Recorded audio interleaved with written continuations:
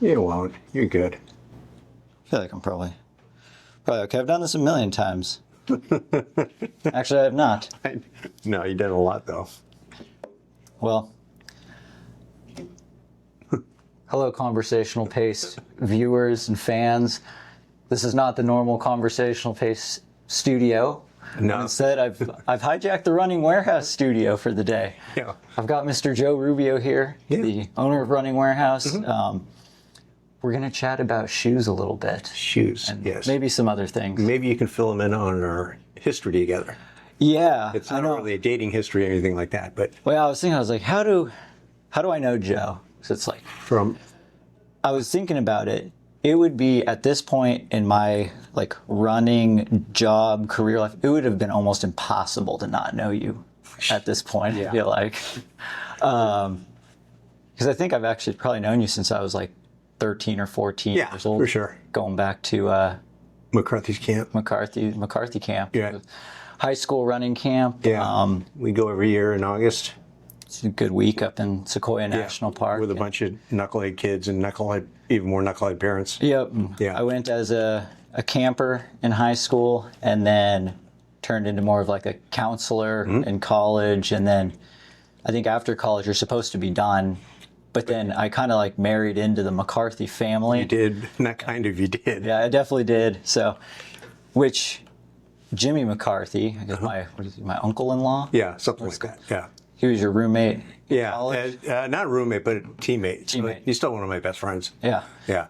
'Cause I remember most recently I was watching the NCAA cross-country championships and I paused the TV. I was like, is that Joe and Jimmy? Yeah, we went with a couple knuckleheads, so we're going to make that an annual now. Oh, yeah. Yeah, it's really cool. Yeah, it looked fun. It looked like, Jimmy, you have 1 year now to go buy a warmer jacket. Yeah, well, next year's Missouri, I think? Yeah, anyways, and then Boaz went, and a couple other guys, Dave Frank and stuff like that. So we had a good time. So you were always the guy that would come up and, there was always raffles that would go off at the campfire every evening. And Jimmy was like, yeah, my friend Joe, he owns a running store and he'll come up and he'll bring all sorts of stuff for you. And, high schoolers, it's like, getting free stuff with getting your name called. That's always the most fun thing. Yeah, the BOA shorts. Yeah. Yeah. Well, my highlight of the raffle for me from high school was, I feel like everyone at camp ended up getting one, but it was a nice yellow Running Warehouse shirt. Had like a nice logo on it. And I was like, oh, this is cool, Running Warehouse. You had 100 different kids every year decked out in Running Warehouse stuff. Pretty good. It took me a little while, but I'm looking at it. Hey, there's a typo on this shirt. What? Good old San Luis Obispo, California. Yeah, I know. We forgot an L in there or something like that. Yeah. But it was pretty brilliant because a bunch of high school kids they need some running clothes and exactly. Now repping the Running Warehouse brand all over the place. Yeah, but I've known your father-in-law for forever. Yeah, and his mom and dad forever, like since the early '80s. Yeah, so. And then your college coach. Yep. I coached him way back 1,000 years ago. Yeah, you coached my college coach. Yeah, his mom lives in St. Louis. Oh, really? Yeah, and his sister too. Oh, I didn't know that. So he comes in usually once or twice a year. We go golfing and stuff like that. So get reconnected with him. Yeah, it's cool. So there's that. There's my high school coach, Jason Oswald. Yep. I guess he was the assistant when I was there. Yeah. Now the head Jason's coach. nuts. Yeah. Yeah. I remember it was we've gone to a lot of track meets up in Eugene as well. And I think it was either the trials or pre-classic. One of the years we're all sitting at a table and figuring out that there was like exactly 1 degree of connection between every single person, where it was like, you coached this person, they coached me, this person coached me. You know what's weird on this subject was I got a text from a guy named Scott Daggett yesterday asking about shoes. Okay. Why is Scott Daggett significant for yesterday? He was Pre's training partner, and he was Daggett was the the athlete of the year for University of Oregon. And on the night of the 30th, he went to get his award, and his guest was Prefontaine. Huh. And Prefontaine passed away later that night. Oh, wow. Yeah. So that was freaky, right? When I got the text, and then today I'm looking at all the stuff about Prefontaine yesterday. I go, that's weird. Yeah. Really weird. Anyways, off on a different tangent. This is what I do. Yeah. Yeah. So your world pretty surrounded by all things By running. Yeah, exactly. I would love to know like a quick story of how running warehouse came to be. There's not really a quick story, but yeah. So I had a previous company. It was Venue Sports, and I thought it was a good idea to sell track and field spikes out of the back of my truck. So before there was a guy in a brown truck that would deliver to your door, there was me in a Mazda pickup, driving around the state of California, setting up at track meets and stuff like this. So this is in the early 90s when there wasn't a thing. You could order some stuff on Eastbay, but as far as going and trying on track spikes, it didn't exist. So I'd set up at like round table pizzas for pizza night and stuff like that, and track meets, and I just sold stuff. But we also had a small retail operation, but as you can imagine, it was pretty small because we sold mostly track spikes and track uniforms and that sort of thing. Yeah. We had some running shoes, and our Adidas rep at the time, Mike McManus, who's in charge of all the athletes for Hoka now. But at the time, he was representing Adidas, and he was repping tennis and track and field and running. So we were right down the street. Another weird story is, since I graduated Cal Poly in '87, I haven't worked outside of a 2-block area in San Luis Obispo. So even to this day. So right up the street here, I had a store, and Mike came in to show me track spikes and uniforms. And I said, he got done with his presentation. Mike, what the hell are you doing? So I ran against Mike in high school and college. So we've known each other for another example of knowing somebody forever. So I said, Mike, what the hell are you doing here? And he goes, well, I came down to see you. And he was living right where you're staying, up in Pleasanton. Oh, okay. So he'd have to get up like 4 in the morning to beat the traffic and go over the snow grade and all that crap. So I said, BS, Mike, you're not here to see me. He goes, well, I'm kind of here to see you. And I said, what are you doing in town? He says, I'm here to see Tennis Warehouse. And I give him a puzzled look. He goes, you don't know what Tennis Warehouse is? And this was in 2004. And I said, no. And he goes, they have a badass website. They do the best website on tennis, the top tennis retailer in the United States. So I said, that's cool. And I didn't realize they were in San Luis Obispo. But anyways, a couple weeks or months later, when you used to do such things, you have the weekly or the daily paper, read it. And there was this interview on the back of the front page with Drew, my current partner. And at the time I didn't realize it, but I know now he was fishing for businesses. So his business model is, it's a central resource model. So you have one accounting department, one programming department, one HR department, one imaging department, and so forth.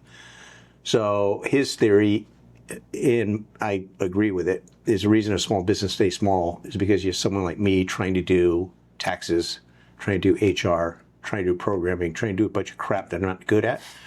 I know running shoes, and I know running.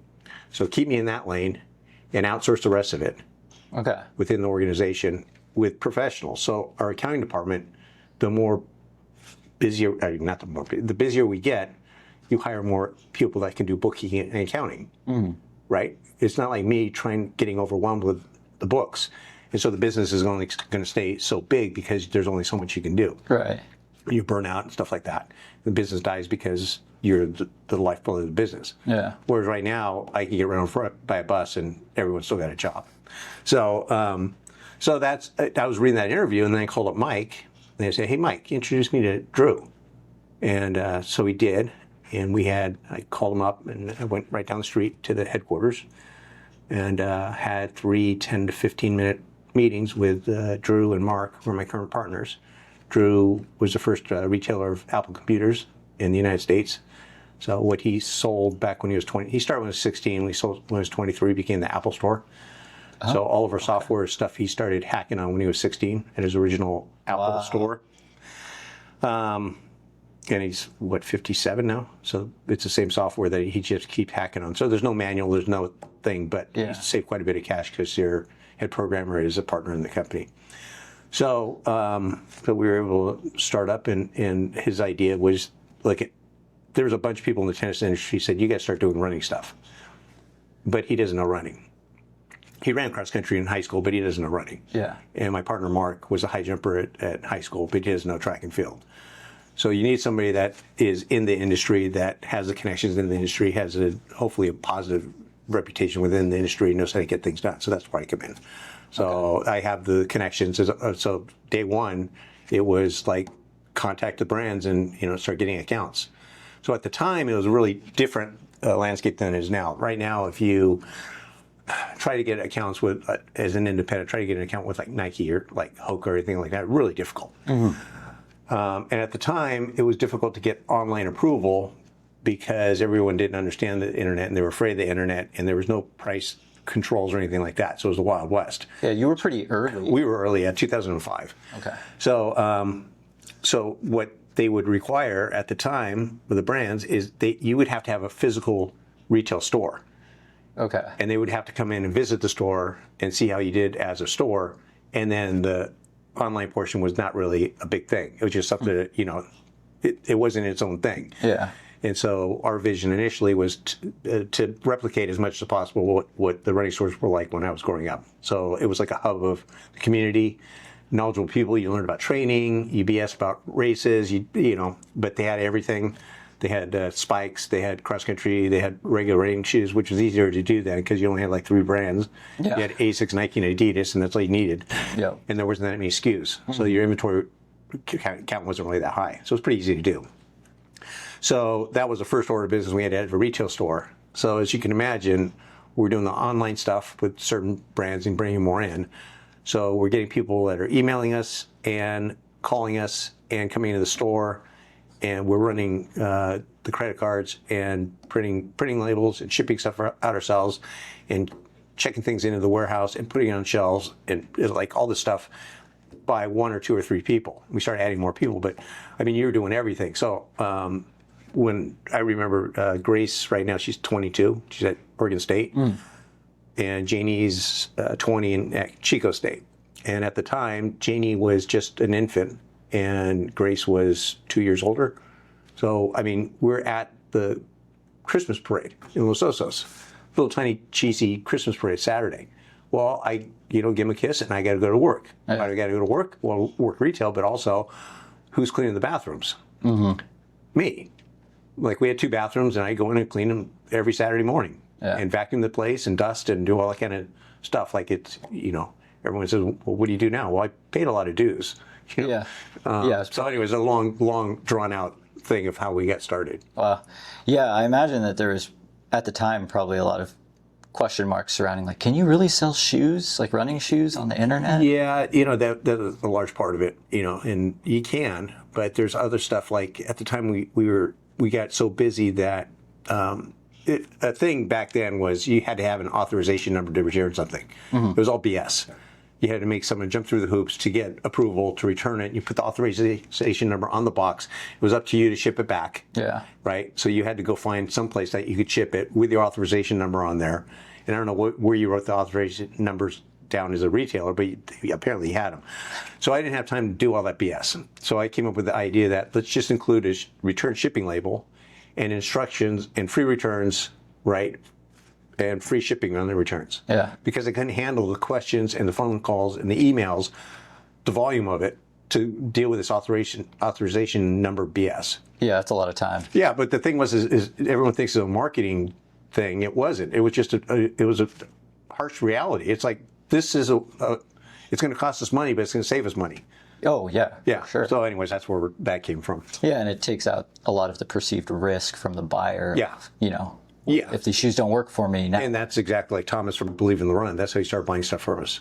Yeah, okay. Yeah, because he could order a bunch of shoes and try them out and get them in the colors he wants, and then ship back the ones that didn't work. Huh. Yeah. Wow. That's cool. I didn't know the whole running around. I always wondered which warehouse came first. It's tennis. Yeah, tennis, and then I forget the order, but there were skate warehouses. It's still around. Skate warehouse, skateboards, inline warehouse that does inline skates and ice skates. Tackle warehouse that does bass fishing. So relatively, we're one of the newer companies. Yeah. After us, there's a riding warehouse, which does equestrian. Okay. There's offshoots of tennis, like there's pickleball warehouse. There's padel, which is a big sport in Spain. Oh, okay. Actually, yeah, I saw that one. I was like, yeah, what's padel? we have a padel court we have a pickleball court and tennis court, tennis court. So I've taken up pickleball, which is a mistake, but okay, yeah, I was going to ask. I was like, have you taken up every single sport within the warehouse? No, there's certain ones that I avoid. The thing with pickleball is I play with 3 people that are excellent, and I suck. And so what they do is they hit around me. So I don't really move. I just stand okay. there. And when they hit it, I don't know what to do with it. So it's like I'm doing something, but I'm not really doing anything. Yeah. Keep you safe. Keep everything in check. Exactly. That's awesome. Well, thanks for that. Short, long version. Yeah. History lesson. I think it's super interesting. I remember, so moving into shoes a little bit. Yeah. It must have been like 3 or 4 years ago. we're sitting around a picnic bench. We were talking about super shoes. And I know there's mostly a trail channel, but most people who run on the trails actually don't have full-time access to trails. So they run a lot on the roads too. And it's like, well, how do we make that fun? And one of the fun ways to do that is super shoes. Yeah, for sure. I remember you were kind of, super shoes were somewhat new. I mean, it was pretty much the Nike show. And you had said like, I bet that in a handful, 3 or 4 years, every single company is going to basically be a level playing field in regards to, the materials and stuff. They're all going to have shoes that cost $250. And then you said the next, leap from a tech standpoint would be getting the weight of the shoes down. It seems like this year it's happened has been the year. And I was like, I was looking at like Asics in their release recently, and Puma and Adidas, and I was like, dude, Joe said this was going to happen like 4 years ago. It is happening. But I have the advantage of seeing stuff that's coming 2 or 3 years down the road. So it's not like I have this great crystal ball. But you put the pieces together, and what else are you going to do? I mean, you get the with the rebound up to a certain point. There's no 11. You get to 10, and that's it. So what are the ways to increase efficiencies? I mean, I think it's if you take 1 ounce off of a pair of shoes, that's 300 meters in a marathon. So that's like a minute. Yeah, that's pretty. So when you're really fast, the difference between 202 and 203 is pretty significant. Like that's a lot of money. Yeah. So I mean, right now the starting point for a $250 racing flat in my mind has got to be 6 ounces or under. That's it. That's like the right. And when people come into shoes, it's like they have stuff we're seeing at 250, 275. I said, no one's going to buy it. Yeah. Why would you do that when you get an Asics at 5.4 ounces or 5.6 ounces at 225? Why would you do that? Yeah. But, it's just like, and then people come in with something around 7 ounces, and you just laugh them out of the room. You go, you're not taking.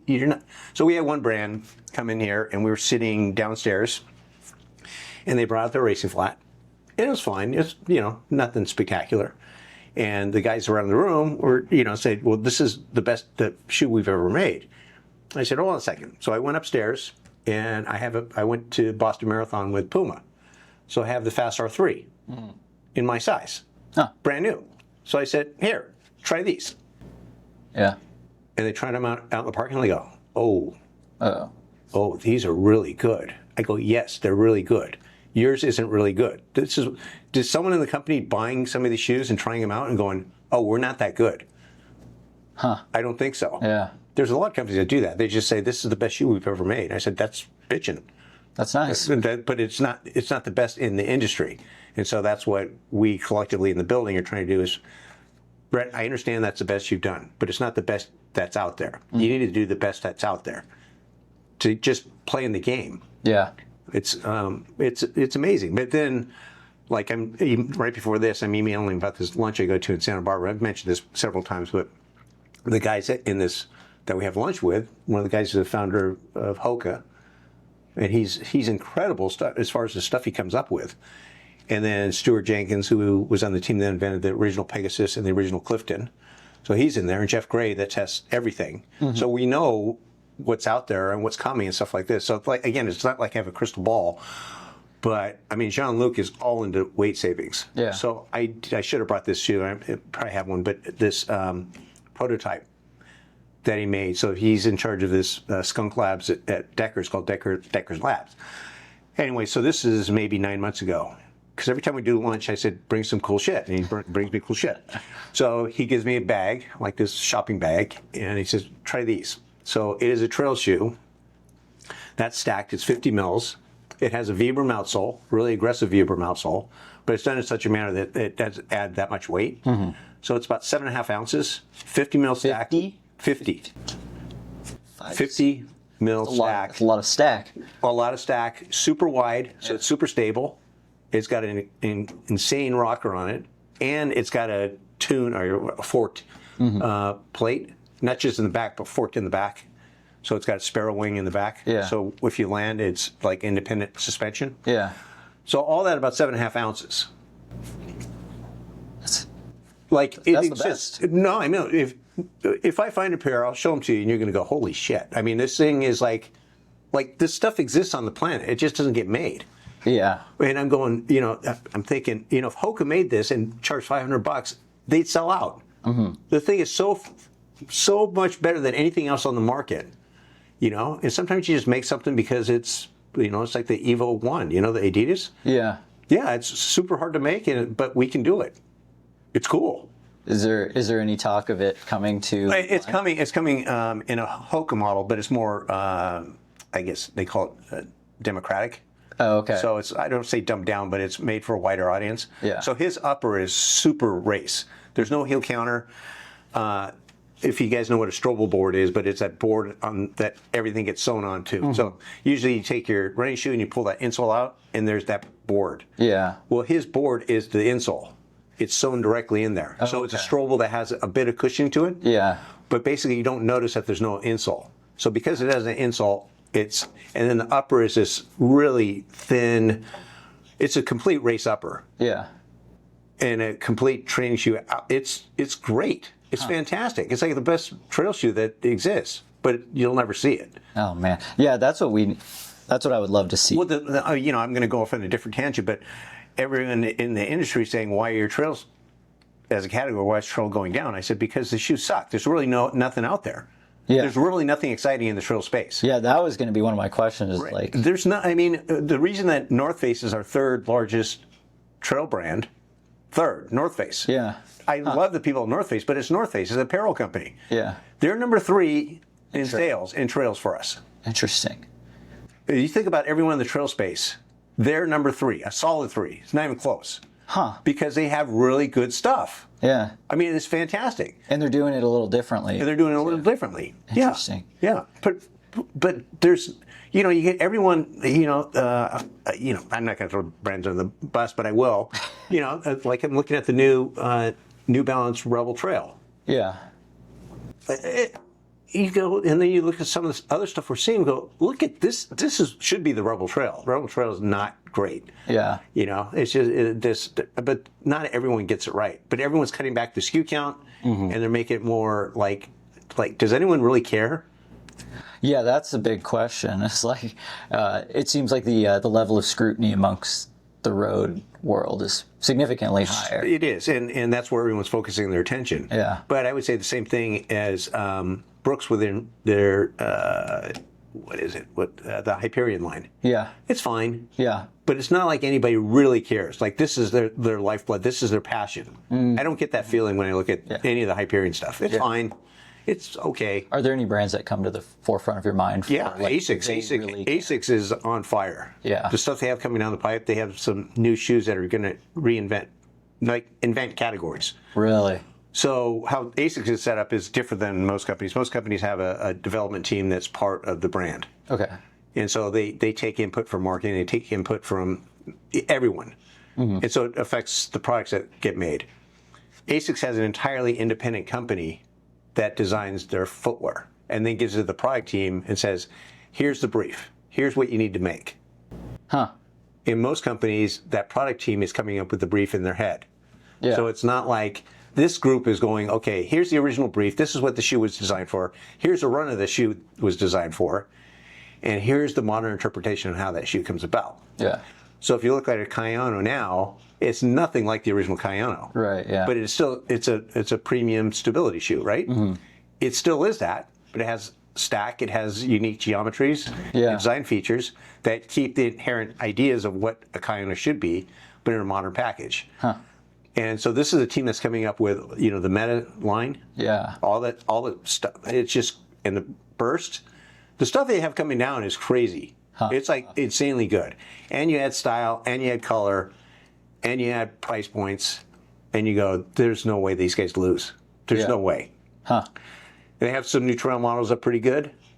I'd say they can up their game in the trail stuff, but it's pretty good. That's good. Yeah. Yeah. One of their most recent trail shoes almost damn near killed me. Yeah, I know. I mean, there's some stuff that out there that one of the brands came in and showed us an update, or it was a color up on a model they just introduced. And I said, everyone on the team that developed that shoe should be fired. And whoever in management approved it to make production should be fired. Yeah. I said, this is the worst shoe we've seen in years. Yeah. For the price, regardless of the price, it sucks. It's too heavy. It's not soft. It has a plate. It doesn't need a plate. And it's $275. And it's like 12 ounces. What are you doing? Yeah. It's supposed to be a race trail shoe, and it's nothing like that. It's supposed to be, you're supposed to be able to race 100 miles in it. Yeah. You can't even walk 100 feet in this thing. I wonder if anyone has, I wonder if we've reviewed it. Possibly. I haven't, I don't know, but it's not, the traction on it is like, I don't know, take in your shoe and go walk on ice and see how that goes for you. Oh, yeah. Yeah, it's pretty amazing what ends up actually making it to production. Yeah, and I think it has a lot to do with, as companies get bigger, you start bringing people in management roles that don't have a background in run specialty. So they might have background in marketing or management or something like that, but it's not in run specialty. And so it's like we're making a running shoe, but it's not like you or I are making a running shoe and going, this is for you. Yeah. This is what you want, and I'm going to make what you want because you have someone in mind. This is the other stuff you're looking at, you go, we're just making a shoe. Like we're putting the best stuff we have in it. Yeah. Why? Because we can. Who's it for? I don't know. It's the best running shoe out there. Well, no, it isn't.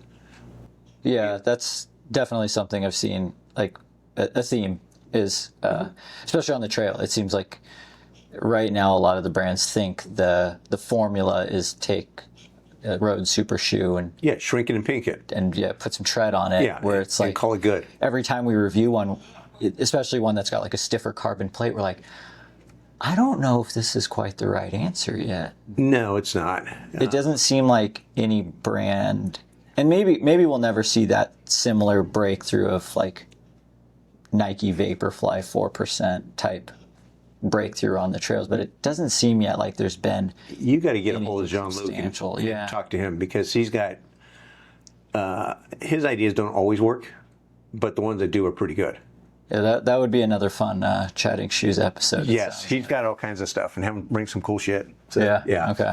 Well, okay, we'll cue that up for the next one. Okay. Kind of going back to like feedback in the development of some of these shoes, how perceptive are brands to, people like yourself or Running Warehouse to feedback? It depends. It depends on the management and the company, because there are brands that ask for feedback, and you can tell in the meetings that they're listening to you and going, "This guy doesn't know what the hell he's talking about." Really? Right? Yeah. Like we know what we're doing. They clearly don't know what they're talking about. So it's like I don't want to say defensive, but it's like they live in an echo chamber where they tell each other how good their stuff is. So there was a time in Adidas, this is like in the 2010 when I went to their headquarters. And you go walk through their, it's a big headquarters in Germany. You would not find another brand of shoe in that building. It was all Adidas. And it came to a point maybe 5 years ago when Adidas reintroduced the Adistar. And they go, this is the softest, most energy efficient shoe we've ever made with the highest stack. And I said, it's a piece of shit. I said, don't even make that thing. It's just horrible. And they wouldn't hear it. And they came to market, and you know what? Didn't sell very well? It sucked. It still sucks. But now you have a current group of people in Adidas that they're very open. Okay, yeah. You have people like that don't take offense to you being open and honest with them. Yeah. It's like, that's how you get better. Yeah, totally. Right. It seems like there's a lot more movement amongst like shoe designers across the country. They always have done that. Oh yeah. Yeah, and you just don't want to piss anybody off. Yeah. So everyone's nice to each other. But even like in Boston, all those guys that are doing development for shoes, they all run their long runs on Sunday together. Yeah. So maybe they're not saying exactly what they're working on, but they're oh yeah, that's we're kind of going down that path. So you see a lot of convergence, which is why you have the brands all congregate in certain areas. Right. Like Hoka went from their design team being in Santa Barbara, Goleta. Now they're up in Portland. Yeah, it seems like. Well, who's up in Portland? Well, like a lot of people are up in Portland. Yeah. Primarily because Nike's up in Portland. But you have the Adidas people, you got the Hoka people, you got other people, and then you have a smaller group like in Denver, and then Boston's a big area. So you got New Balance, you got Saucony, you got Asics. Who else is out there? Is Puma out there? Puma's there. Okay. Yeah. So Puma, like you talked to Romain, he's the head of innovation for Puma. Like, I'll criticize stuff, and he's totally open. Yeah. Like, he doesn't take any offense to this. But then when you say that, hey, that's a really cool idea, that's really bitching. Yeah. You know, they, by the same token, they get excited about it. Yeah. So when I was in Boston for the Fast R3, I guess, debut, they were talking about, they did a study, the same people that did the study for the original 4% did the study in the Fast R3. And they found out that running economy improved by 3 or 4% for these 17 or 21 people they tested. That's like on top of the standard super shoe. Yeah, and so they were comparing it with a couple shoes. Anyways, so what I brought up in the meeting was, I said that's fine and dandy, but it's 21. It was 17 runners that are 21 minutes or slower in the 5K, and I said, you know that the forces generated by somebody running 13 flat is significantly different than somebody's running 21 minutes, regardless of what their weight is. So the shoe's going to react differently. So you're testing someone at 21 minutes, that's slow. I'm sorry, it's slow. Yeah. Like I can't run 21 minutes now, but it's slow compared to even to 15 minutes. Yeah. I mean, it's different forces at work and so forth. So it seemed like kind of a loaded study. yeah, and that's what part of it. It's like Solomon studies. You're looking at it, you go, that was designed to support what you're saying. So the Solomon study said that plates don't make a difference, Yeah. right? Well, I talked to other people During this and this. Yeah, you make it really defined so it works in your thing. But what the Puma people said was, yeah, we agree with what you're saying, but we tested roughly 100 people at different levels in our own tests, and every single runner we tested improved at least 2%. Now that's significant That's to me. pretty. Yeah, that's pretty. And I said, how fast? They go, everyone from their top runners, and they have some pretty good runners, Yeah, they do. and all the way to the slower ones. Yeah. But and this is just economy. Economy's, there's like 4 or 5 factors in endurance running performance, and economy is just one of them, and it changes depending on how tired you get. But this was fresh athletes and all that kind of stuff. But anyways, that was more significant to me. But the fact that they responded to my questions about their original study, Yeah. with you don't know what you're talking about. It's just like, okay, well, here's what we found. Totally. Yeah. Yeah. Yeah, that is nice to. And you usually find the companies that are coming out with the really innovative, cool stuff have the most open-minded people working there. Yeah. The ones that have really stale product lines, not just in the technology, but just in the models, no new introductions. The models stay in the line for 2 or 3 years. There's not a lot of updates. Yeah. The ones that really care are coming out with new stuff every year, like clockwork, Yeah. or even sooner. Yeah. And that's why I think Asics is killing it. It's like Right. they're like once a year coming out with new stuff. Yeah. Yeah. I know. It's almost like by the time I even Get a chance to like read about the other one, they've already move on to the next. it. They're Yeah. like moving things like the tech world. Yeah, they're very, very good. But from top to bottom, that company is on the same page. You don't find that with most companies. Right. Yeah. There's just different priorities for different people within an organization. Do you think there's, I guess, is there even a way right now, or I don't know if it's a solution or a possibility for there to be similar improvements in the trail space? Because it seems like, just throwing the best foams in the road and putting it on dirt, there's still a lot of other variables that There's a lot of variables. make the shoe dangerous. So, like, is there going to be ever such thing as just like the 4% of the trails, or is it going to be like? Yeah, but you're going to trail need to have somebody that's really passionate about it, and that's what I think you have at North Face right now. They're not doing road shoes; they're doing trail, and the people that are involved in trail, those guys. Yeah. I mean, they're passionate about trail, making great trail shoes. Yeah. So but you take that passion and you put it in a company like a Nike with the money they have. Yeah.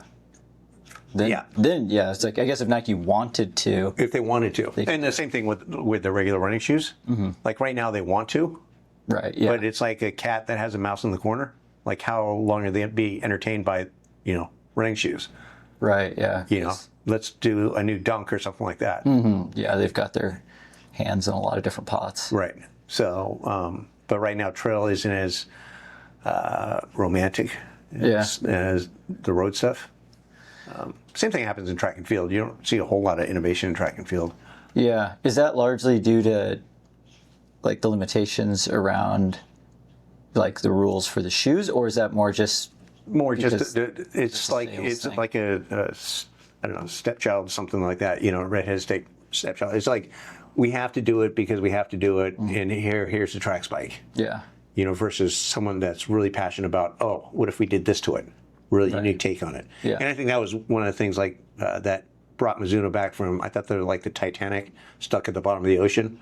You know, Yeah, I thought they were almost done for. Yeah, they were, and then they came back, and you know, some of their geometries were just really unique because their stack was like 50, but it's still legal. Yeah. Right? Because they went from there and they were able to come up with a thing and go, well, at what is it, 8 or 10 or 12% back from the heel, yeah, it's legal. So World Athletics is so effing stupid. I mean, if they just said at the highest point it can only be 40 mils. Yeah. Why didn't they ever? Why didn't they do because if you notice, every single requirement, law, or whatever they have, regulation, mimics what Nike produces. So Nike produces something and they make a rule that corresponds with that. So I always thought that was interestingly convenient. yes. So Tom Carlio, who's vice president at New Balance, who used to work at Nike, he said, this really stinks because the World Athletics meeting is in the Sebco building at Nike. Seems like a slight conflict of interest. Maybe a little bit, yeah. So I think that's the other thing too, is you just don't have really people at the cutting edge of stuff. And you know, it will when you have somebody that's really knowledgeable about shoe design and into trail. And that's why I keep going back to Jean-Luc, because that's what he does. Yeah. So a lot of the innovations that he's come up with, it's because he's passionate about. I mean, he's at UTMB every year. Yeah. Yeah. I mean, they pretty much. I don't want to say they invented that, but they were the guys behind it. Yeah. Him and his partner. Definitely, So usually. What was I going to say about that trail? Oh yeah, small brands are kind of an interesting topic right now because I don't know if it seems like there's more small brands, you know, producing like hyper niche products. Like Norda. Yeah, and it seems like they're able to do it, you know, at a pretty competitive, from a pretty competitive place where it's like, you know, like Norda's 0.05, like that's a sweet, I know, super lightweight race shoe. Which is why we're bringing in all these like Satisfies and stuff like that. Yeah, I was really curious how Running Warehouse perceives like the value prop of small brands. It's like we were the first people to bring in Hoka online. We were the first people to bring Ultra online. I mean, that's part of it, right? It's cool, it's new, it has a unique viewpoint on things. Yeah. So we like to give people a chance. It doesn't mean it's always going to be there. Like we had to innovate for a number of years, and then they went into CrossFit. Right. They lost their way in trail. Before it was a bitch in line like in the mid 2000s. Yeah. 2008 stuff, where everything made sense, right? You had a different 3, 4, 5 mil thing. All the numbers lined up. It all made sense. Then they went into CrossFit and they lost it, so we dropped the line, and now we're bringing them back. Oh, okay. Yeah. So it's not like they're dead forever. Right. You know, now they have some legitimate product. We consider it legitimate. Yeah. You know, and some of the other things too, like Normal. Yeah. You know, I think we were one of the first people to bring in Normal. Yeah. You know, it helped that they sent two of my buyers to Mallorca to go run with Killian. So that, you know, kind of tilts the table in their favor. But yeah, so it's just cool stuff too. Yeah. Yeah. I guess that's the other point is like you probably just kind of like cool running things. Yeah, we like cool stuff. I like you know, trying it on and selling it and stuff like that. But like what we saw, I mean, we see stuff that there's not a lot of it being produced. You know, we have a chance to have an exclusive on it. Yeah. And you go, we'll bring in 36 pair, you know, just because we can have it. Yeah. You know, but I mean, when the original 4% came in, they gave everyone in the United States, every retailer in the United States, certain allocation, which means that you can buy this many. You can buy 100, you can buy 48, whatever it was. And every single retailer in America in 2017 said they didn't want them. Because at the time, no one was going to buy a $250 stacked racing shoe. Yeah. Who's going to do that with a plate? Who's going to do that? I bought them all. Yeah. It's pretty amazing how that side of the running world has changed. It's changed significantly. But I was at the trials watching Rupp and everyone make the team that was in Nike. Yeah. Right? They're running significantly better than everyone else. And I started reading some of the studies and stuff like that. I go, I don't know if it works or not, but we got to bring it in. Yeah. And it did, you know? Give the consumer at least a chance. But same thing like the Evo 1. I mean, how many people can buy $500 racing flat? I don't know. But I'll take them all. Yeah. If I could. Yeah. Probably more than I think. Yeah, exactly. Now that it's an easier sell, but at the time it was, you know, there's stuff that we bring in that you go, well, that didn't work. Yeah. I was talking to my dad about this last night because he's a few years removed from running. He was like, yeah, but like he's like, you know, 3-4 hour marathoner really buying super shoe? I go, Dad, you ride bikes. You see someone who's not in very tip top shape riding down the street in their $15,000 Specialized? He goes, oh yeah, I guess that's a good point. Same thing with golf. Yeah. You know, people buy super expensive golf stuff. Yeah. Because they can, and it makes them feel good. Yeah. You know, but the same thing with super shoes. I think the thing is everyone wants to be better at whatever their hobby is. Yeah. They want to be better. And my opinion is you stop doing a hobby or endeavor because you stop improving. It stops bringing you joy for whatever reason. Yeah. And one of the joys is doing something better. Right. Yeah. Whatever it is. But if you're running faster is cool.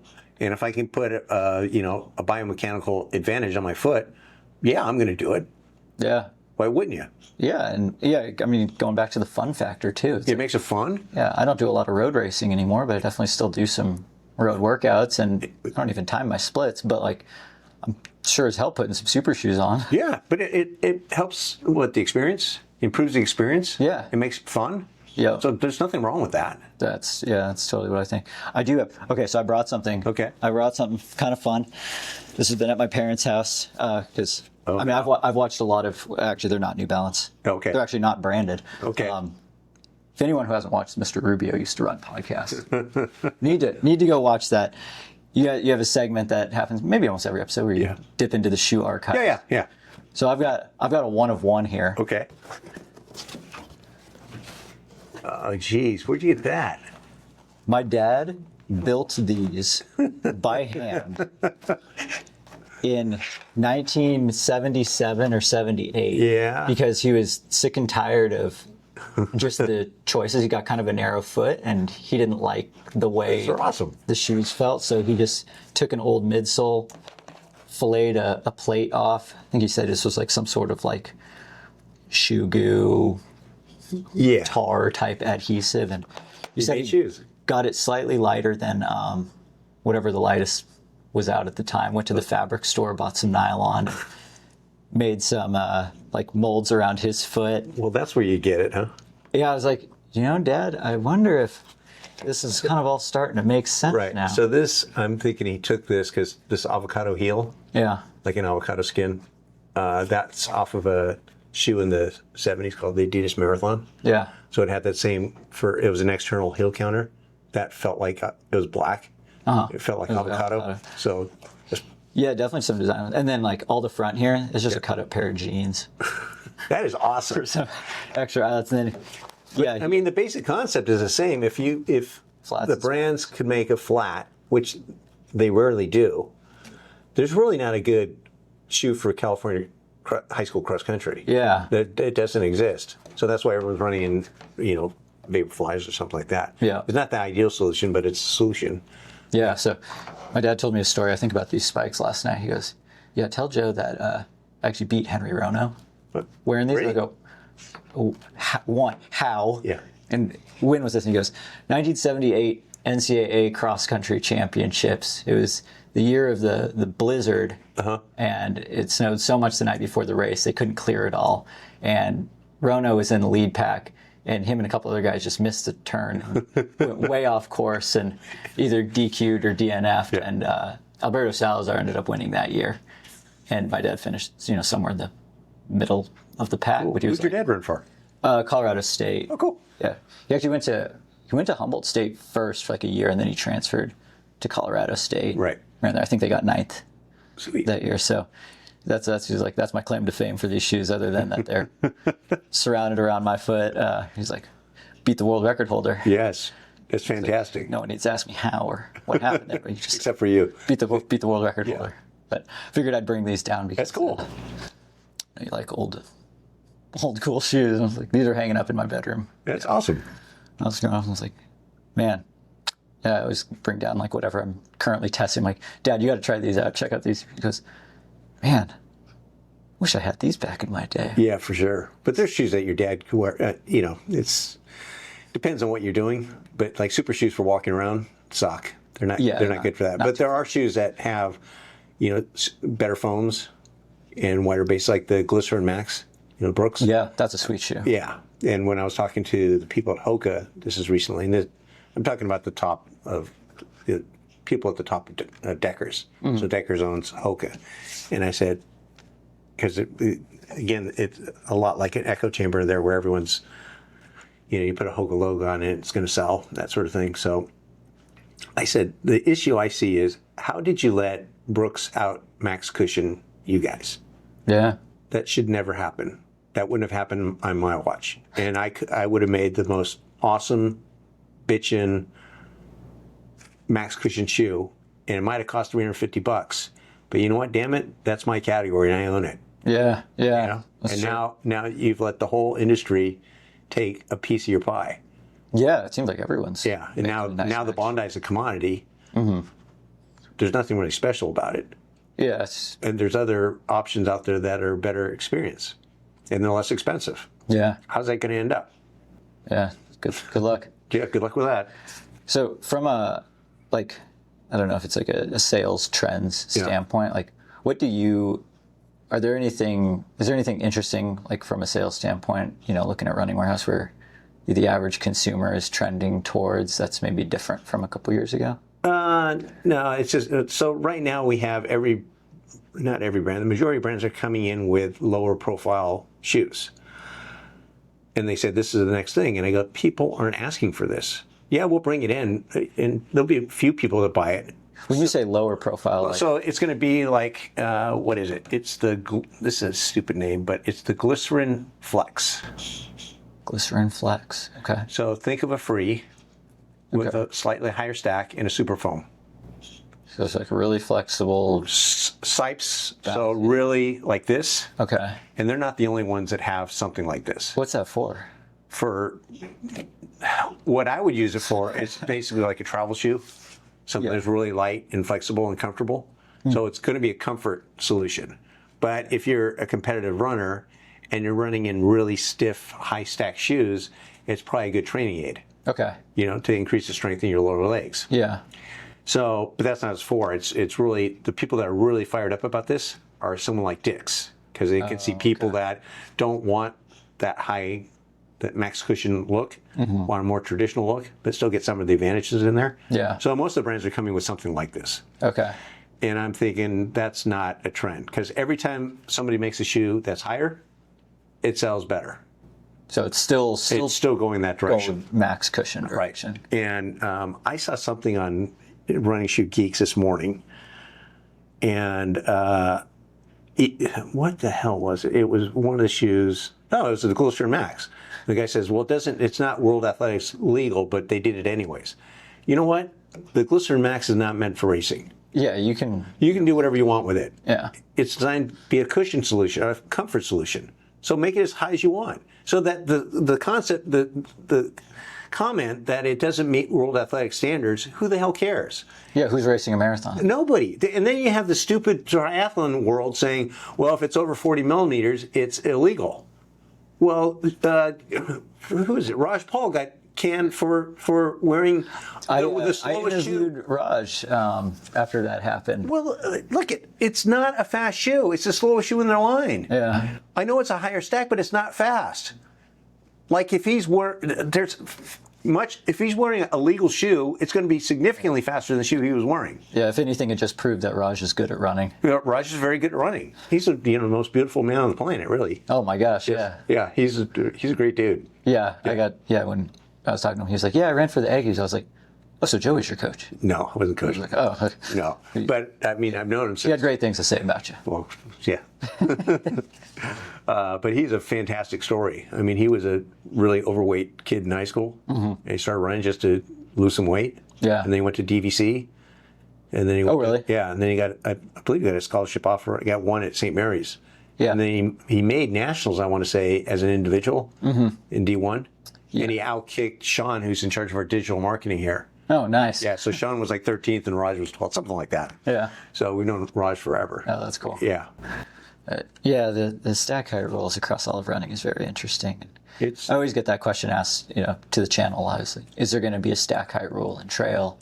And the current answer has always been, well, no, because there's no governing body. If World Athletics says there's a stack height rule, then there's only like 1 or 2 races every other year that all of the trail runners care about. So it's like, I don't see how trail at the moment could be anything but the Wild West for... No, and the same thing happens in the golf world. It's like, why do you have to conform to the PGA rules when 99.9% of the players aren't in the PGA? So it doesn't matter. Yeah.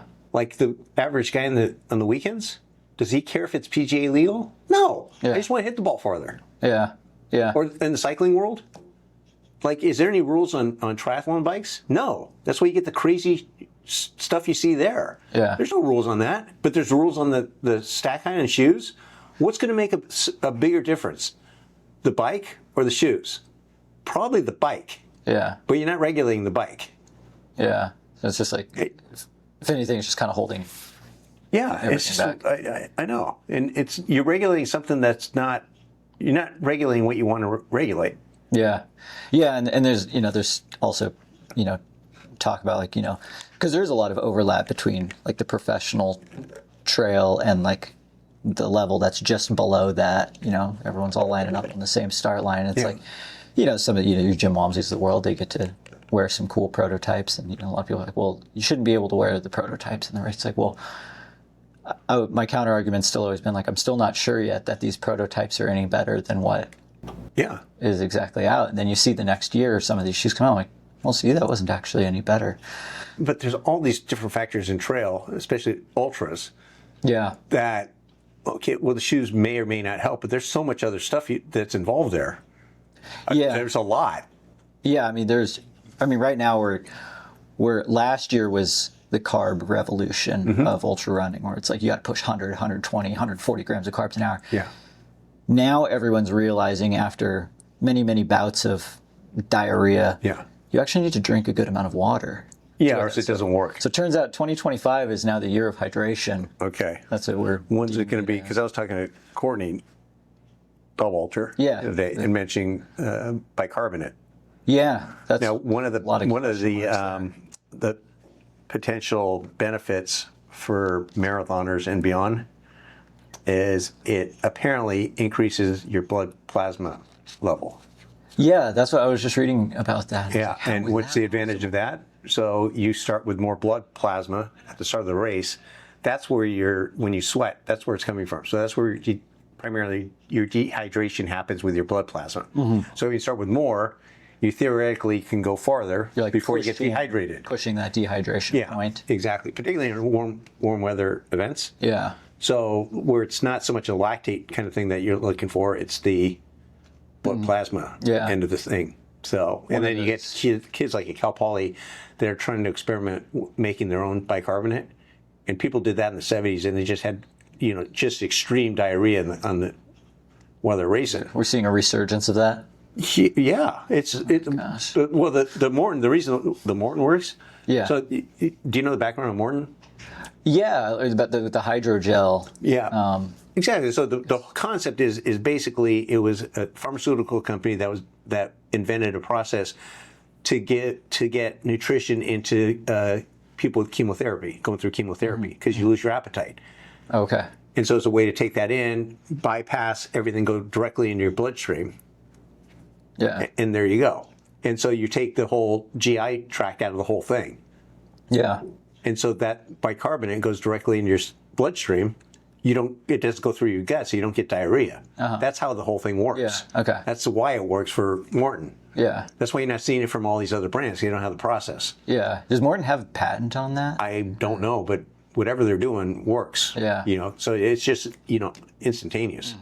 So. Yeah, it's interesting how they probably never anticipated that there would be these sorts of benefits from a No. ultra.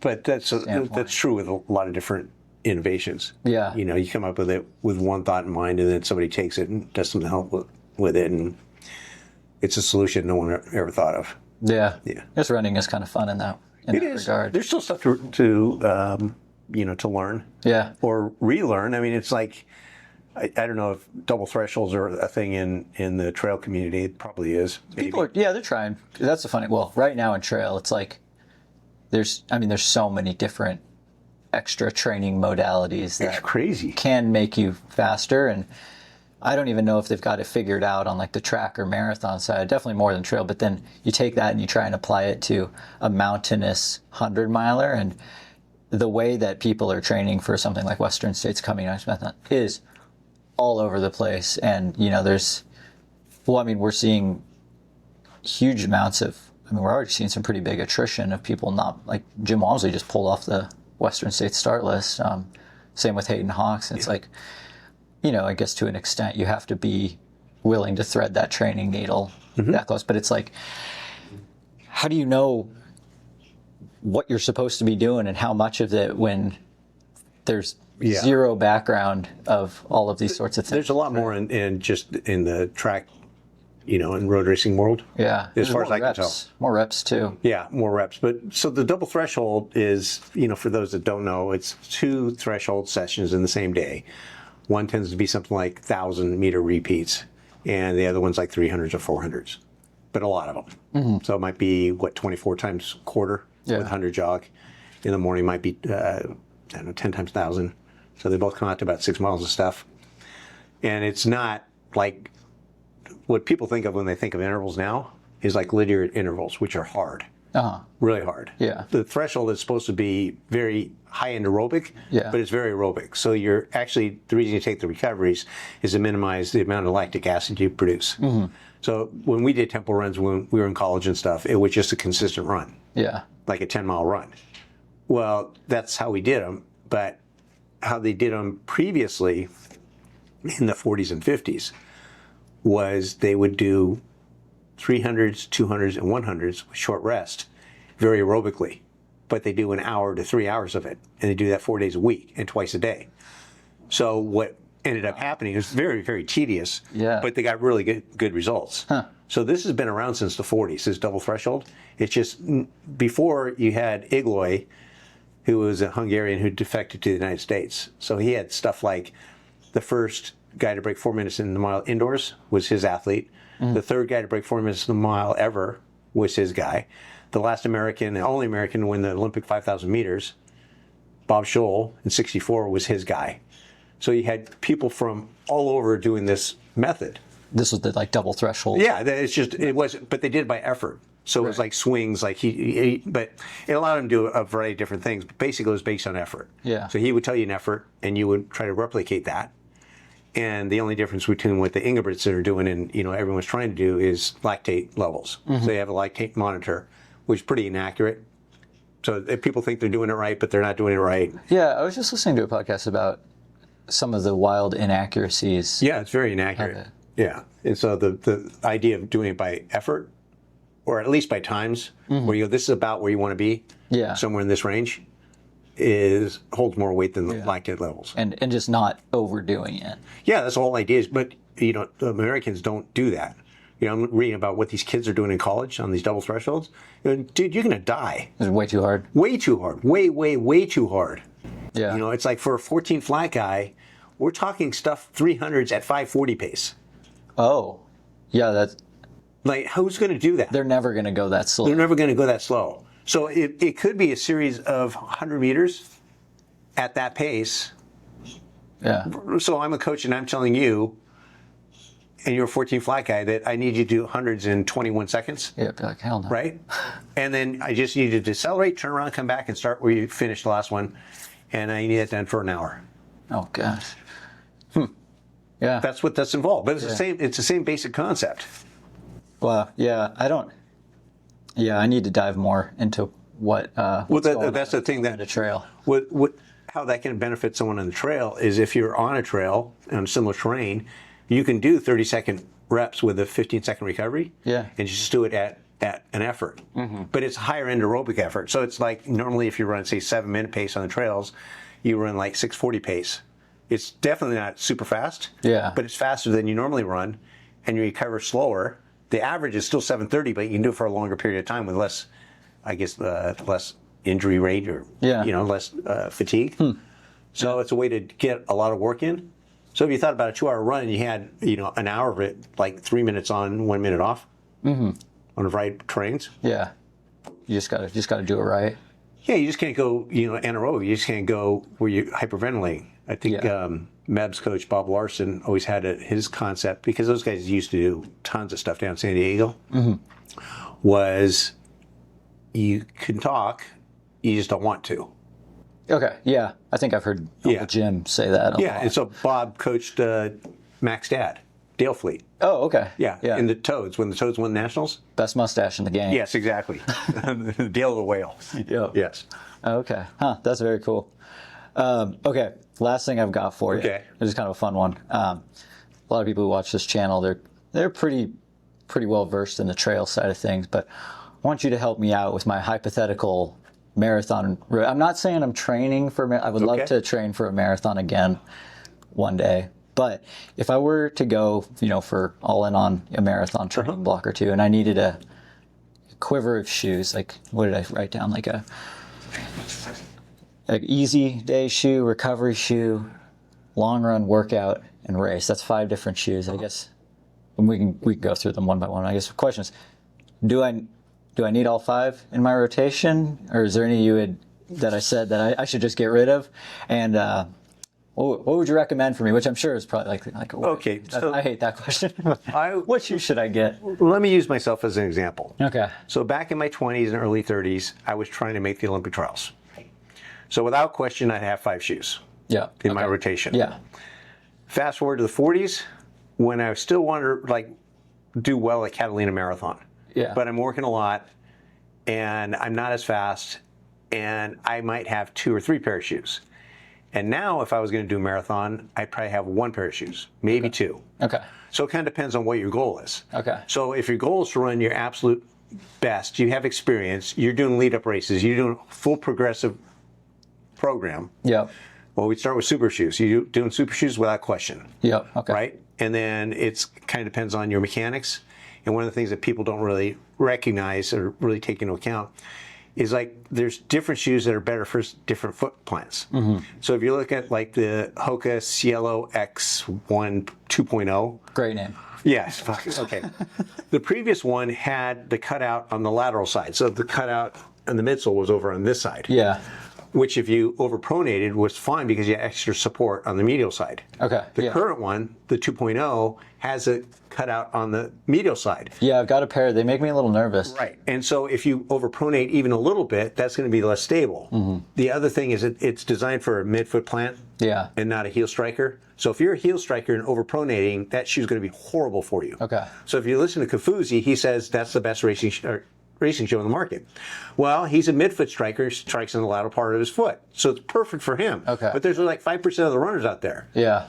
So, so that's part of it. It's finding the right racing shoe. But granted, you could do that. Even ASICS has 2 different kinds of racing flats. Puma has 2 different kinds of racing flats. They have the Fast R3 and the DV8 Nitro. Yeah. Or Elite.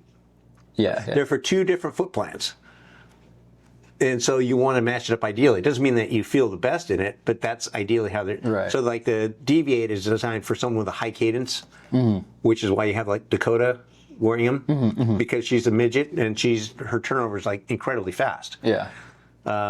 Who's the guy? Linkletter.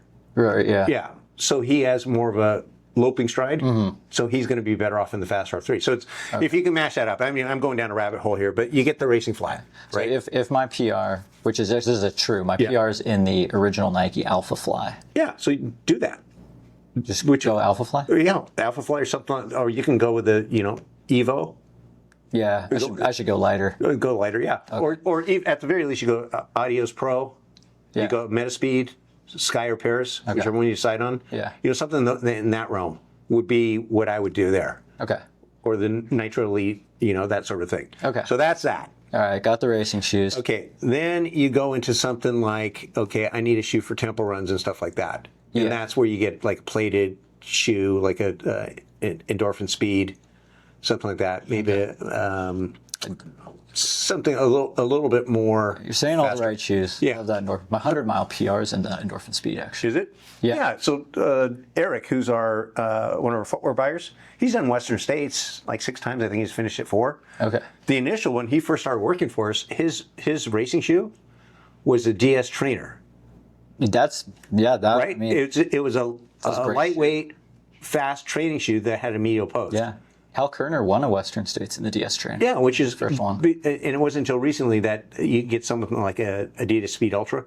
That is, that has a foam and has a plate, and it's a fast trail shoe. But up until recently, there wasn't such a thing. It was just like, no, you get like a Montreal Hard Rock, I think it was. It was a brick, and it's like 16 ounces and stuff like that. So a faster shoe. Yeah. And then I would have something like just a running shoe, which is like a modern daily trainer. Yeah. So that's going to be like a Rebel, maybe a Mach 6, maybe a Evo SL. So no plate. No plate, something like that. And then you would have something for a long run. Yeah. So like a Super Blast, maybe a Neo Vista. Okay. Something that offers protection, but also makes the run fun. Yeah, but not like full. Not full on, full blown kind of thing. And then if I had another shoe, it'd be something like a Glycerin Max or something like that. Just my plotting, like I just need to. When you're training at that level, it's like sometimes you got to be forced to take an easy day. Right. And if you have a shoe that really, it's a slow shoe. It's a marshmallow. There's no rebound. It's heavy, but you put it on knowing it's going to slow you down. There's other shoes you put on that encourage you to run fast. Yeah. And if it's a heavy day, you're doing yourself a disservice by doing that. Yeah. So just get just a brick. Yeah. Something heavy and jogging, and you only use it every once in a while. But it's just forcing yourself mentally that I need to take it easy. Yeah. I need to get the miles in, but I just need to take it easy. I don't need anything fast or fun. Okay. So that's like 6 shoes. All right. I like that. Then if you go into me in my 40s, Yeah. I'm not doing a super shoe. Okay. I'm not doing that. No. I'm doing like an endorphin speed, something along those lines. Yeah. Right? Something that's got a plate, something that offers more protection, something that, like the original, Cielo X1, 1.0. I mean, it should have been sold as a super trainer. Yeah, that was never really. No. So something along those, lines that's gonna give me some pop, but it's definitely gonna give me more protection. Yeah. Then I would probably have something like a modern daily trainer, like a Rebel, and then something to just jog in. Yeah. So those are the 3 shoes that I would do. Yeah. Then if I would go into me right now, it would be just the jogging shoe, and maybe if I got around to doing some sort of interval, I might get something like even a Vomero. Okay. Something that has a foam that isn't designed necessarily to go fast, but it doesn't prevent you from running fast. Right. So it's kind of thing like I'm going for a run and I think I might pick up the pace. Like I don't have a schedule. It's just like, well, like for me, stack training tends to make, so stack means you have 2 moderate to hard workouts back to back. Okay. Yeah. So like right now I'm running on Sundays and Mondays and Wednesday and Thursday. Sundays suck and Wednesdays suck. Monday's pretty good. Thursday's pretty good. Yeah. It doesn't make any sense, right? Yeah. I was training like every other day and every run sucked. And then at first day. I just started looking at my training and go, you idiot, you always train better on the second day when you had like a crappy run, a longer run or whatever. So I would always do that. I do a midweek long run followed by intervals. Okay. And then I do intervals on say, Saturday and a long run on Sunday. And then I feel like absolute crap on Monday, but it didn't matter. That's okay. Yeah, that's okay. So that's what I do now. So I would have, if I was doing it now and I was serious about qualifying for Boston or something now, which I'm not doing that. I would go a fun shoe for the faster stuff, and then a plotting shoe for the rest of it. All right. And then if it was just one pair of shoes, I'd probably get something like a Neo Vista, which offers plenty of protection. It's fun. I can do everything in it, and then that's how I would organize it. But it really has to do with not people get into like. Well, if you're a 4-hour marathoner, you should do this. Well, if it's me and I'm a 4-hour marathoner it's not going to be the same. It's just different stuff, right? Yeah. In your expectation of yourself and things like that. So it has more to do with, are you going after your absolute PR, whatever that thing is, and you're going to do everything necessary to get that done. Yeah. It's not going to be like a bucket list, like I qualified out of the blue for Boston. Mm-hmm. And you're going to train the same. No, it's just, I want to have a good day. I want to have fun. I want to, right? So for me, and that it's like, I'm going to wear the Neo Vista because it's fun. Yeah. And I know it's not going to screw up, and I don't have to worry about the shoes. If I've never worn a super shoe and you break them out for Boston Marathon, it's your lifelong dream, that's probably a mistake. Yeah, good luck with that. Yeah, it's not going to work. Okay. I don't know if that answers your question. No, it does. I think I would like to tackle the marathon one more time. I think I still have a lifetime best. I think so. I think there's something to be said about Frank Shorter's advice on how to train for a marathon. Yeah. 2 hard workouts in a week, a long run, and as much mileage as you can do in between. Yeah. Yeah, I don't have the family marathon PR. My dad has everything in the middle, Yeah. and I have everything on either side. Okay. So like up to a mile, I've got him at. And then anything over a marathon, I've got him at, probably, well, just because he didn't do it. He didn't do them, yeah. But then 5K to marathon, he's got me. Yeah, so it's eating at you. Yeah, and I was like, man, I got super shoes, I got Bicarb. I don't think my dad would ever let me live that up if I couldn't crack. He's 221. Okay. So I'm at 228. So I got some time to work on the 5K and 10K and a half marathon. Yeah. Get those down, and once you start getting those down, then look at the marathon. Yeah. Versus, I know the ultra people. So I'm coming at it from like I know. totally wrong side of the. Right. And so a lot of the trail people I have, Yeah. ultra people, what I suggest to them is in the summer, do an all-comers mile. Yeah. Because all of a sudden you realize what you're missing. It's like, I'm getting my ass kicked by little kids, and I can't do anything about it. Oh yeah, I did one in December. Yeah. And How'd that go? in Phoenix. It wasn't terrible. It wasn't terrible. Like 447 or something. But you have the background as a track athlete too. Yeah. So. You get people that have only done trail runs. Yeah. You know, and you just say, look, just challenge yourself and go out there and get your butt kicked and go, whoa, I got some areas to work on.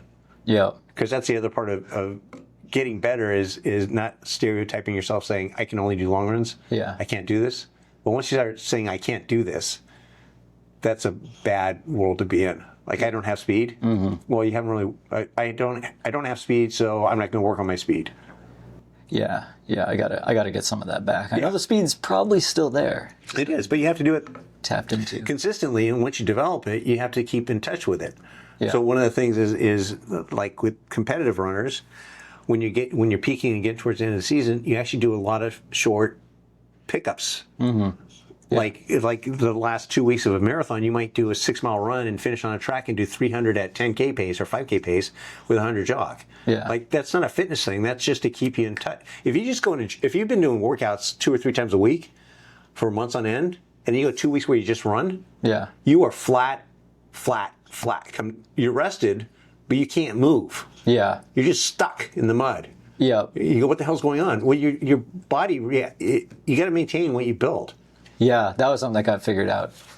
It took a while for the trail world to figure this out, but people were tapering for like 3-4 weeks where they're just like running easy before the big races, and then they're like, I feel terrible. Yeah, you do. You got to do some things. And not a lot of things, but you have to do something. Yeah. Right? And if you developed, marathon race pace, like, we're not talking about doing a 13-mile run at marathon pace, but can we do 4-by-mile rep at marathon pace with like a 200 jog? Yeah, I sure hope so. Yeah, but it's like, well, I don't want to stress myself. Yes, you do. Yeah. Human physiology is interesting. It is. It's very fascinating. Okay, I know I said that was going to be the last thing, but I just noticed your water bottle. Yes. Oh, this? All triangles. Yeah. Can you tell me a little bit about all triangles, because that's come up on the channel a couple times. Oh, I've been there. Because it's in Annecy. Yeah, and they work with North Face. Yeah.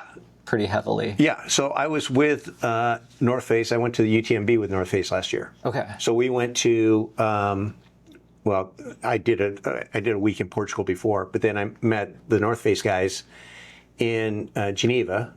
Then we drove to Annecy. We spent 2 nights there.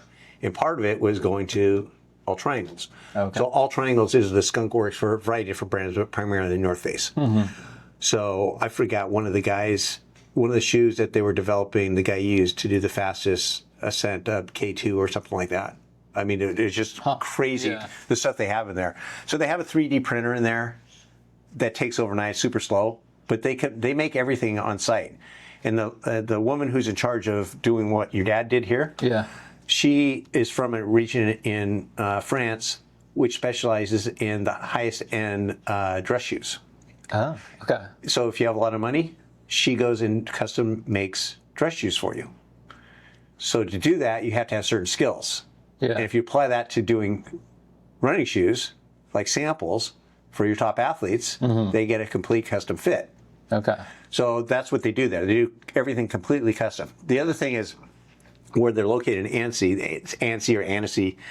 One is beautiful, but they have over 300 outdoor brands that have some sort of representation, either a lab or offices. 300 outdoor brands. Like that's a hub. That's a hub, and it's all because of Salomon in the 60s and 70s.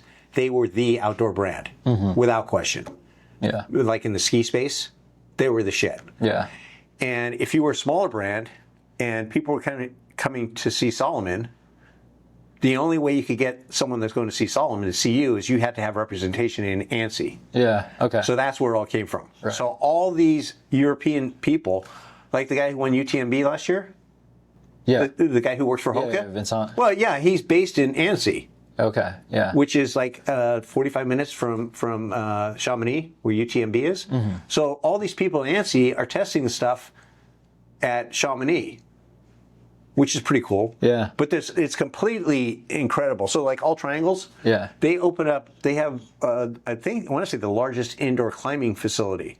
And it's open to anybody that's working locally. So you get people from different brands coming in and rock climbing and stuff like that. Huh. Yeah. And they have a cappuccino machine, and they have the different offices that you can just plop in and do stuff. And then they have their own design, they have their own lab. Oh, very But really interesting stuff. If you get a chance, have you gone to Annecy No. or UTMB? No. Been out there. Do yet. this. Yeah. I mean, just do. If you can do that trip that I went on last year, where you land in Geneva, then you drive to Annecy. I think it's 45 minutes. Yeah. And you spend 3 days there, 2 nights, and you drive the hour to Chamonix. Yeah. And if you can get a place, you spend 3 days and 2 nights, or something along those lines. That's a Yeah. week, and then you drive or take a bus. Like I went in April, and I took a bus from Chamonix back to Geneva. Yeah. It's like an hour and a half. It was $20. Yeah. Leather seats. It was awesome. Yeah. And they get trains and stuff. Europe's a lot different, but it is fantastic. I mean, but All Triangles guys were just, Yeah. you go into these labs that these people have, and it's just amazing the stuff you learn and stuff, because you're just exposed to all this stuff, and everyone knows it's real similar. So, I was talking with the guys at All Triangles, and I said, do you guys work with Helix? They go, I don't know. I said, Jeff Gray? They go, oh, Dr. Gray. And he says, He's down in Santa Barbara. Santa Barbara, he's one of the guys I go to lunch with. Yeah. They go, the guy went and grabbed his shoe, and it was one of the early prototypes of a North Face shoe. He goes, Jeff and I both got these shoes today. We're testing them Oh, no way. on the same day. So the All Triangles guys and the Helix guys are testing the same prototypes on the same day, which is really cool. Yeah. So I texted Jeff, and I said, I'm at All Triangles. He goes, no way. It's pretty cool. That's cool. Yeah. Yeah, their website is super mysterious looking. It is. It's a skunkworks. Yeah, You're not supposed to know what they do. Yeah. So But they're very open. Yeah. I mean, I'm sure, if you decide to go and you want to get in there, Yeah. just let me know, and I can get the contact from Jeff. yeah. And it's just, going to these places is just super, like a geek like you, Yeah. super, super interesting. And everyone is so close together. Yeah. Like, yeah. Getting into Salomon is easy, except the last time I went, I was, I got taken there. I checked out of my hotel. I got taken there on an Uber, and you have to go through security to get into around the fence Okay, to get into yeah. the building. So they actually have a security guard in a booth. So I'm walking up. Everyone's driving in except for me. I'm like at the drive-through thing at Jack in the Box at 2 in the morning. I'm walking in with my roll thing in my backpack, and the guy didn't speak English. He just speaks French. Yeah. And it was like a comedy thing, and it made me laugh that he kept asking for something for me to gain entrance, and I didn't understand, and he wasn't really writing anything down. He was like really adamant about speaking French, and he figured that if he talked louder, I would understand. Classic. And he got to the point where he was screaming. And I'm laughing more and more because it's a comedy sketch, right? Anyway, so the guy, he goes, I go, what? And he grabbed a passport. He goes, I go, oh, I get it. I grabbed my passport. I give it to him. And he just needed to see my passport. Oh, that was it? That was it. Just show me the passport. Oh, wow. Right. I know we don't speak the same language, but anyways, that was pretty funny. But all triangles, put it on your bucket list. Okay. Yeah. Well, dude, it sounds like the conversational pace Chatting Shoes World Tour is about to start. Do that. UTMB, without question, is one of the great just running events on the planet. There's so many people from around the world, and everyone's in a good mood. It's like going to the Boston Marathon. Mm-hmm. It's the only time in America that running's number one. It's a higher priority and bigger deal than the Red Sox game, which always happens on the same day in Boston. And when you go to Boston, they just say it's Boston. It's Marathon Monday. Everyone has a day off work. Everyone's drinking. Everyone's partying. Everyone's having a good time. Everyone coming out and watch the race. Yeah. That's it. It's just like it's a holiday there. It's awesome. That's but the same thing. UTMB is like that. It's like everyone's in a good mood. Everyone's having a great time. And then when you go downtown to watch the finish, it's effing insane. The amount of people, the amount of energy, and when the first runners come in, it's like. And the other thing they have is I'm not one of these guys that does this. Like the guys I'm with are traveling to Italy. Mm-hmm. To watch people run by at 3 a.m. I'm not doing that. I'm staying in Chamonix and I'm watching the live feed. But they have live feed on YouTube on like 5 or 6 different languages. Yep. And the thing is, because they have 5G coverage around the mountain, you can watch everything from start to finish anytime you want. So in our chateau, we had the TV on all the time. So when you come and go, because we had like different people from staying there, you just come in, have a beer, watch the race, see what's going on. And then you know when they're coming, so you go head downtown. And it's freaking insane. I mean, it's incredible. Yeah. It's fantastic. It is such a good event. Yeah. Bucket list event for sure, in the form of either spectating, commentating, or I guess potentially even running. I'd like to do all 3. Running it, but just going there and checking it all out and taking it all in it's fantastic. Yeah. But the other thing you can do is I went in April.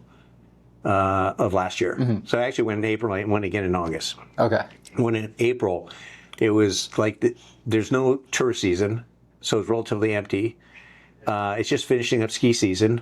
So you have people in town. It was the first warm weekend. Yeah. So you had all these very, very white people laying half naked in the parks. Yeah. Trying to get sun. Yeah. And people walking by in their ski stuff with their, like in the middle of town. Yeah. Because you get on the bus and the bus takes you to the mountains. Yeah. So public transit has places to put your skis. So people are walking in ski boots with their poles and their just through the middle of town. Through the middle of town. And you get people half naked over here.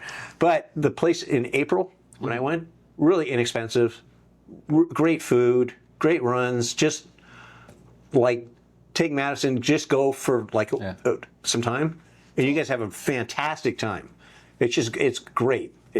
But you do that, and then you go UTMB, and it's definitely not an inexpensive weekend. Finding a place to stay is next near possible, but just it's understanding the lay of the land where everything is. It's not a very big town, and then you go back. You're a lot more efficient in getting things done. My April training camp. Yeah. And it probably has the most beautiful outdoor public track on the planet. Oh, I've seen some great pictures from that. They have basketball courts in the middle, but it's like a 6-lane track. Yeah. And in the background is Mont Blanc. And it's right next to this dirt trail that for a warm-up along the river. That seems about as good as it gets. It's as good as it gets. Yeah. Well, this conversation of Chatting Shoes was about as good as it gets, too. Yeah. So, Joe, I can't thank you enough. And after this, keep this in the podcast. So the reason he's down here is I'm giving him a pair of speakers, Klipsch Heresies. Yeah. I think they're 2s, Heresy 2s.